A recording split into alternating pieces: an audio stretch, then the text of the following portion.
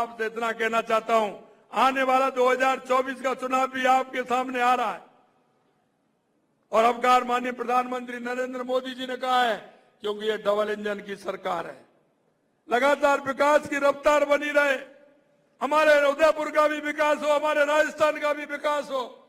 मैं माता बहनों से कहना चाहता हूं, जिस तरह से माता बहनों को 2014 के बाद देश के यशस्वी प्रधानमंत्री नरेंद्र मोदी जी ने एक स्तर उठाने का काम किया है, माता बहनों को सम्मान देने का काम किया है, ये माननीय मोदी जी ने किया है। लोग गरीबी के नाम पर सिर्फ वोट मांगते थे, उनके नानी जी ने भी वोट मांगा, उनकी माता जी ने मांगा, उनके पिताजी ने मांगा और उनके भाई भी मांग रहे हैं।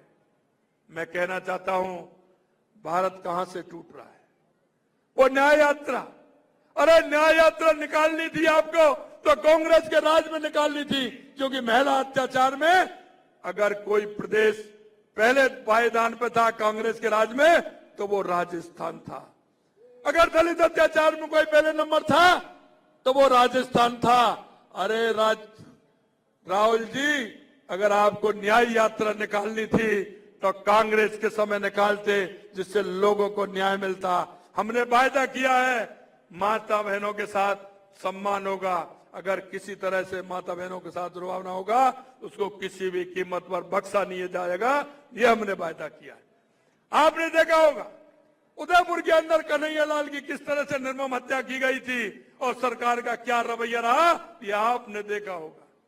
मित्रों, मैं आपसे कहना चाहता हूं, यह हमारी सरकार है, यह आपकी सरकार है, यह राजस्थान सरकार है, यह केंद्र की सरकार है, डबल इंजन की सरकार है।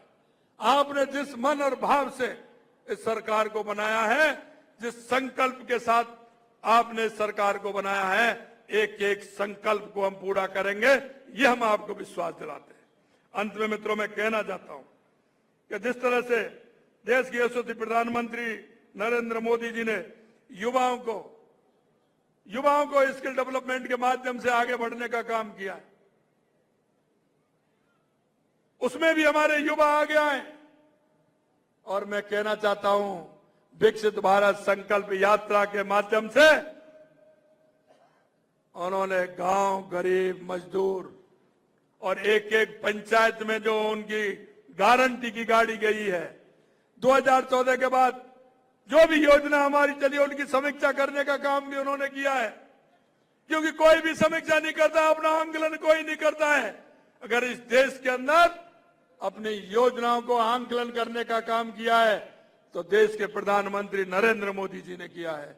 मित्रों, मैं कहना चाहता हूं, 2014 के बाद जितनी भी योजनाएं विकसित भारत संकल्प यात्रा के माध्यम से हर ग्राम पंचायत में योजनाओं की समीक्षा भी की है और कोई भी वंचित व्यक्ति योजना से रह नहीं जाए, इसके लिए भी उन्होंने काम किया है। मैं आपसे अंत में इतना ही कहना चाहता हूं मित्रों, कि हम भी इस देश के, प्रदेश के, जिले के, इस विधानसभा के नागरिक होने के नाते हमारा भी कोई दायित्व बनता है और हम भी अपने दायित्व को पूरा करें।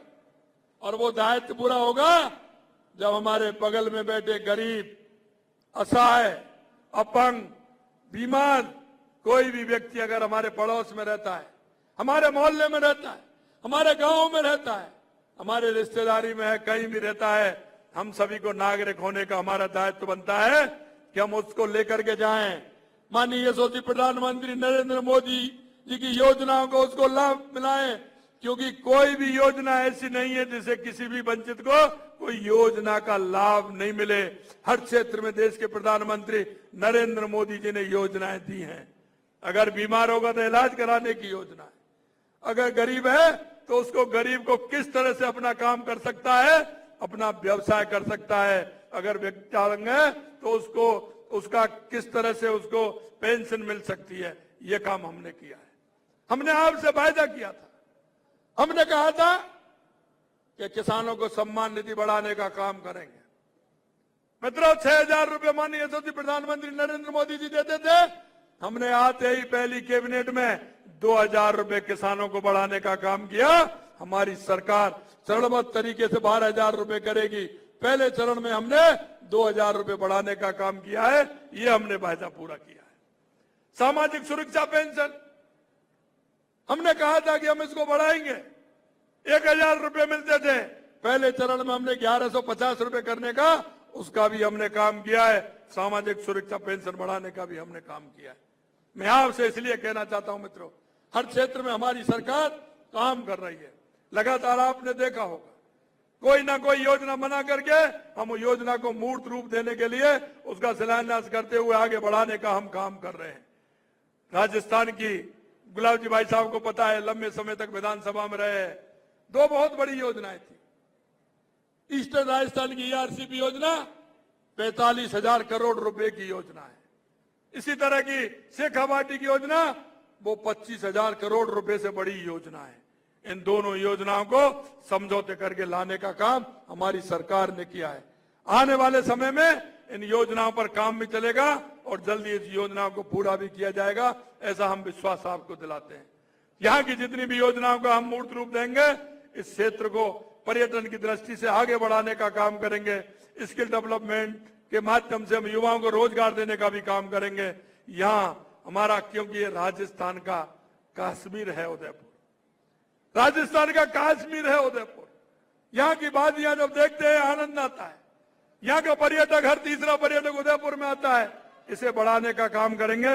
निश्चित रूप से मीरा की और महाराणा प्रताप की धरती है, श्रीनाथ जी की धरती है, इंगलेश्वर महादेव की धरती है। मैं आपसे इतना ही कहना चाहता हूं मित्रों कि इस धरती का मान सम्मान गौरव बढ़े, पर्यटक हमारा आए, देश दुनिया में हमारे उदयपुर का, राजस्थान का नाम करे। इस आशा और विश्वास के साथ आप सभी लोग इतनी बड़ी संख्या में आए। आप सभी ने एक अच्छे काम के लिए यहाँ आप सभी